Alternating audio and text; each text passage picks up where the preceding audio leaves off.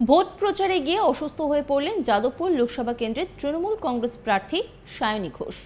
হঠাৎই প্রচার বন্ধ করে বাড়ি ফিরলেন তিনি। বৃহস্পতিবার ভাঙড়ের শানপুকুর ভোগালী 1 ও ভোগালী 2 এলাকায় নির্বাচনী প্রচার করছিলেন। রোদের মধ্যে হুটখোলা গাড়িতে চলছিল ভোট প্রচার। রাস্তার ধারে দাঁড়ানো লোকেদের দিকে হাত নাড়ছিলেন তিনি। একই সঙ্গে ভোট ভিক্ষাও করছিলেন হুটখোলা গাড়িতে করে। দিব্যি চলছিল ভোট প্রচার। হঠাৎই অসুস্থ হয়ে পড়েন সায়নী ঘোষ। তারপর বেশ কিছুক্ষণ গাড়ি থেকে নেমে রেস্ট নেন তিনি। হুটখোলা গাড়ি ছেড়ে নিজের গাড়িতে করে প্রচার করেন তিনি। কিছুক্ষণ পরেই অবশ্য শরীর আরও খারাপ হওয়ায় হঠাৎ প্রচার বন্ধ করে ফিরে যান তিনি। এই নিয়ে তৃণমূলের সহসভাপতি তিনি কি বলছেন শোনাব আপনাদের।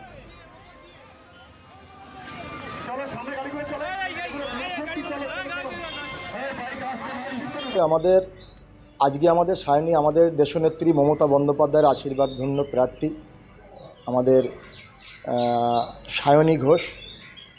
আমাদের এখানে আমার প্রিয় নেতা আমাদের মাননীয় শওকত মোল্লা মহাশয় ওনার সঙ্গে ছিলেন। আজকের যেটা ছিল আমাদের লালপোল থেকে আমাদের চণ্ডীহাটে, ওখানে লালপোল থেকে আমাদের টোটাল শানপুকুরি একটা অঞ্চল একটা পার্ট র্যালি করে আমাদের ভোগালী 2-এ ভোগালী 1-এ ওখানে আমাদের নাংলা সাতভাইয়া হয়ে জামিরগাছি হয়ে আমাদের এখানে টোটাল ওই অঞ্চলটা পুরো আজকের ঘুরেছে। হঠাৎ করে যেটা হলো, আজকে প্রায় 40 ডিগ্রি সেলসিয়াস তাপমাত্রা।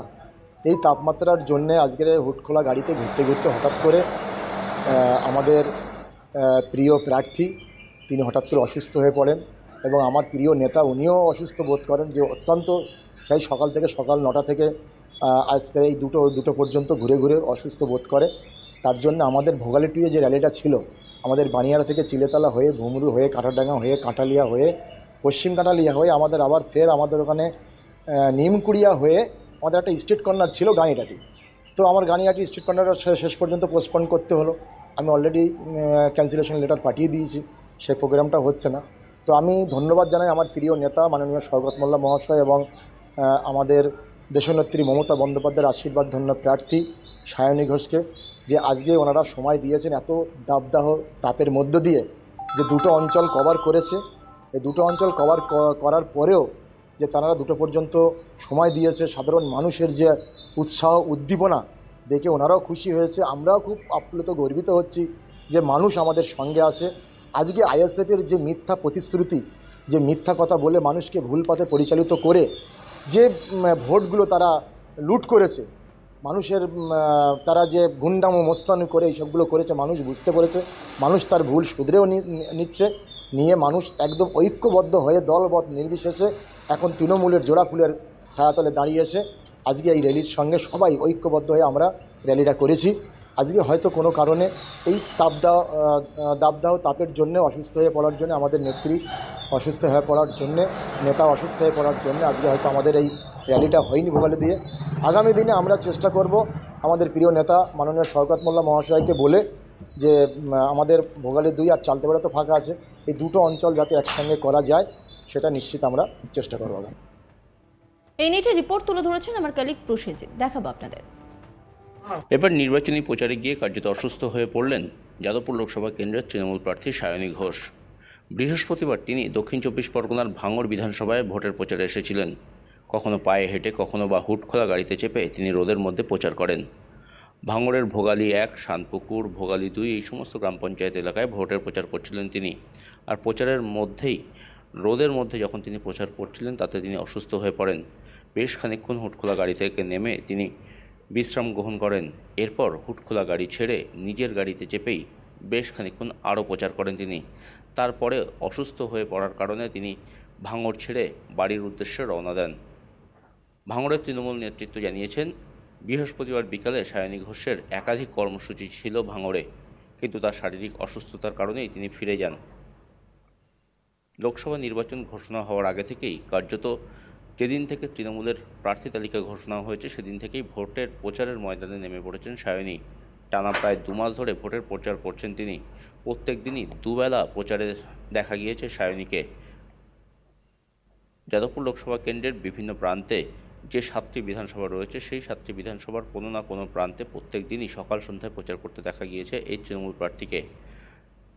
আর বৃহস্পতিবার তিনি ভাঙড় বিধানসভা এলাকায় যখন প্রচার করছিলেন তখনই কার্যত তিনি অসুস্থ হয়ে পড়েন এবং তারপর তিনি বাড়ি ফিরে যান।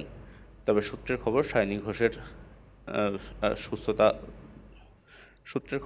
ঘোষ বর্তমানে সুস্থ আছেন এবং তিনি এই মুহূর্তে তার যা পরবর্তী কর্মসূচি রয়েছে সেই কর্মসূচিগুলো তিনি পালন করবেন। অর্থাৎ ভোটের আগে যে নির্বাচনী প্রচার তার রয়েছে সেই প্রচার যেমন রয়েছে তেমনই হবে বলেই জানা গিয়েছে সায়নী ঘোষের তরফ থেকে। এর আগে প্রচারে বেরিয়ে অল্পের জন্য দুর্ঘটনার হাত থেকে রেহাই পান যাদবপুর লোকসভা কেন্দ্রের তৃণমূল কংগ্রেস প্রার্থী সায়নী ঘোষ। সায়নী ঘোষের প্রচার গাড়ির সামনে ভেঙে পড়ল গাছের ডাল। মৃদুমন্দ ঝোড়ো হাওয়া ও টিপটাপ বৃষ্টির মধ্যে ভাঙড়ের বামুনঘাটা বেউতা 1 ও বেউতা 2 অঞ্চলে হুটখোলা গাড়িতে করে নির্বাচনী প্রচার করছিলেন সায়নী। হঠাৎই দমকা হাওয়া ও বৃষ্টি চলে আসায় বিপাকে পড়েন তিনি। র্যালির সামনেই ভেঙে পড়ে গাছের ডাল। তড়িঘড়ি শওকত মোল্লার গাড়ি করে ছাড়েন এলাকা।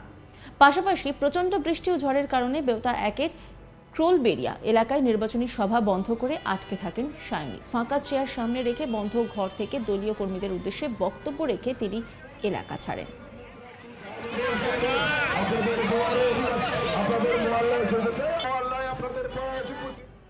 ভাঙড় বিধানসভা কেন্দ্রে এবারও অনেক বেশি আমরা লিড পাবো বলে দাবি করেছেন যাদবপুর লোকসভা কেন্দ্রের তৃণমূল প্রার্থী সায়নী ঘোষ। তিনি আরও বলেন ডায়মন্ড হারবারের মতো যাদবপুরও মডেল হবে। প্রসঙ্গত ভাঙড় বিধানসভা কেন্দ্রটি পড়ছে যাদবপুর লোকসভা কেন্দ্রের মধ্যেই। রবিবার 5ই মে বারুইপুর পশ্চিম বিধানসভা কেন্দ্রের মল্লিকপুর এলাকায় নির্বাচনী প্রচারে বেরিয়ে একথা জানান সায়নী ঘোষ। তিনি ঠিক কি বলেছিলেন শোনাবো আপনাদের। ভাঙড় বিধানসভা তথা যাদবপুর লোকসভাকে ভরিয়ে দেওয়ার দায়িত্ব মমতা বন্দ্যোপাধ্যায়, অভিষেক বন্দ্যোপাধ্যায়, সায়নী ঘোষ, শওকত মোল্লা, ভাঙড় তৃণমূল কংগ্রেস নিজের কাঁধে নিয়েছে।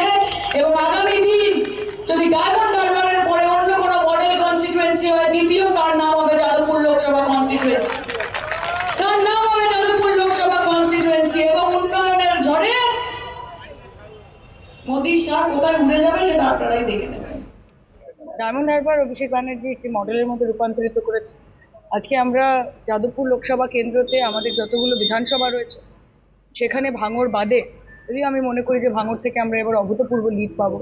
প্রত্যেকটি বিধানসভাতে আপনারা দেখবেন আমাদের খুবই স্টলওয়ার্ড লিডাররা রয়েছেন। আজকে আমার সঙ্গে বিমানদা অধ্যক্ষ মহাশয় রয়েছেন। তারা প্রত্যেকেই নিজেদের এলাকাগুলো অত্যন্ত সুদক্ষভাবে পরিচালনা করেন। ভালোই লাগে না মিঠুনদার ব্যাপারে কথা বলতে। সত্যি বলছি, মিঠুনদা নিজেকে একটা হাসির খোরাক বানিয়ে ফেলেছে। এবং মিঠুনদা যেই কথাগুলো বলছেন, উনি জীবনে কোনোদিন রাজনীতি করেননি, উনি কোনোদিন ইলেকটোরাল পলিটিক্সে থাকেননি। আমি অন্তত 3 বছর রাজনীতি করছি, গ্রাউন্ডে পড়ে থেকে বুথে বুথে গিয়ে প্রচার করে সংগঠন করে আমি এই নিয়ে দ্বিতীয়বার ইলেকশন লড়ছি। নজর রাখুন আজ তাক বাংলার ইউটিউব স্ট্রিমিংয়ে।